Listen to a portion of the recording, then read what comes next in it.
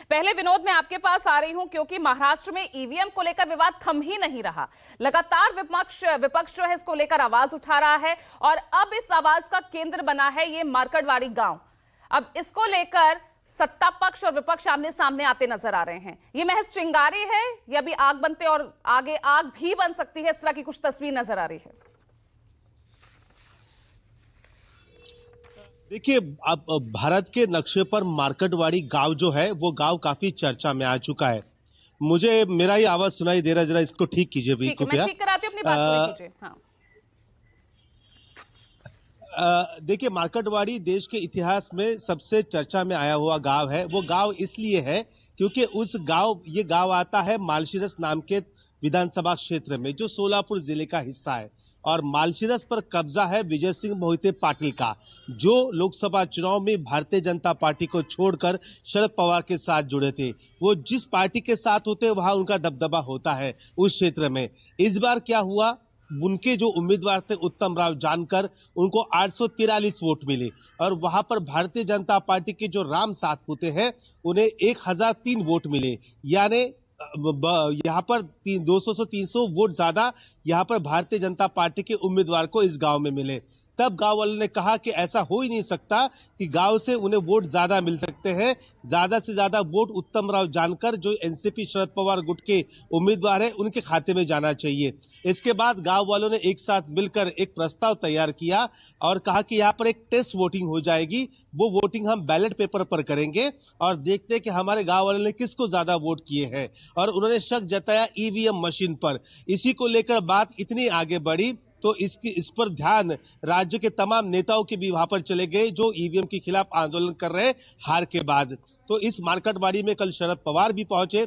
शरद पवार ने तो इतना भी कहा कि यूरोप हो या फिर अमेरिका हो या फिर लंदन हो, इन जैसे बड़े देशों में वहां पर बैलेट से चुनाव होते हैं, तो महाराष्ट्र में और देश में बैलेट से चुनाव क्यों नहीं हो रहे हैं।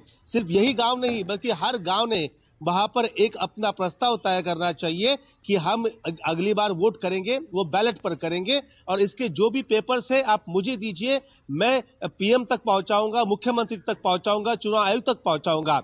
और रही बात पार्टी के जो दूसरे नेता है जिनका नाम है एनसीपी शरद पवार गुट के जो प्रदेश अध्यक्ष है जयंत पाटिल, वो भी कल मार्कड़वाड़ी में थे। उन्होंने तो एक बात और कही जिससे शक और गहराता जा रहा है।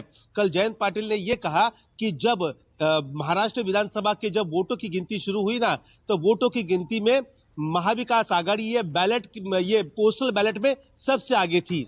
लेकिन जब वोटिंग की काउंटिंग आगे बढ़ी तो हम पीछे हुए और महाविकास आघाड़ी यहां पर पीछे हुई और महायुति जीती। और तो दूसरी तरफ आपने देखा कि बैलेट जो पोस्टल बैलेट गिनती में यहां पर महायुति पीछे थी, बाद में गिनती में आगे गई। ऐसा क्यों हुआ? कहीं ना कहीं कुछ गड़बड़ जरूर हुई है। इसके बाद वहां का जो स्थानिक विधायक है उत्तम राव जानकर, उन्होंने कल इतना भी कह दिया शरद पवार के सामने कि अगर वोटिंग बैलेट पर होती है तो मैं अपना इस्तीफा भी देने को तैयार हूं। तो जाहिर सी बात है, भारतीय जनता पार्टी के जो उम्मीदवार थे राम सातपुते, उन्होंने भी कहा कि अगर वो इस्तीफा देते तो मैं भी चुनाव लड़ने को तैयार हूं। तो जाहिर सी बात है, अब ईवीएम को लेकर ईवीएम पर शक जताना शुरू कर दिया है। और खासकर जब महाविकास आघाड़ी का महाराष्ट्र में यहां पर पानीपत हुआ है, हार हो चुके हैं वो, तो उसके बाद वो भी अब उसी पर शक जता रहे हैं। मार्कड़वाड़ी में आपने देखा कि वहां पर बैनर लगाने को लेकर भी दो पार्टियों में कल विवाद देखने को मिला जब शरद पवार वहां पर आ रहे थे। लेकिन कहीं ना कहीं अब ये शुरुआत सी हो चुकी है। आज मार्कड़वाड़ी एक गांव है, पश्चिम महाराष्ट्र में वो आता है, कल मराठवाड़ा में भी ये हो सकता है, उत्तर महाराष्ट्र में भी देखने को मिल सकता है। तो ईवीएम के खिलाफ कहीं ना कहीं एक लड़ाई यहां पर अब शुरू होती हुई महाराष्ट्र में दिख रही है और मार्कड़वाड़ी उसका प्रतीक है।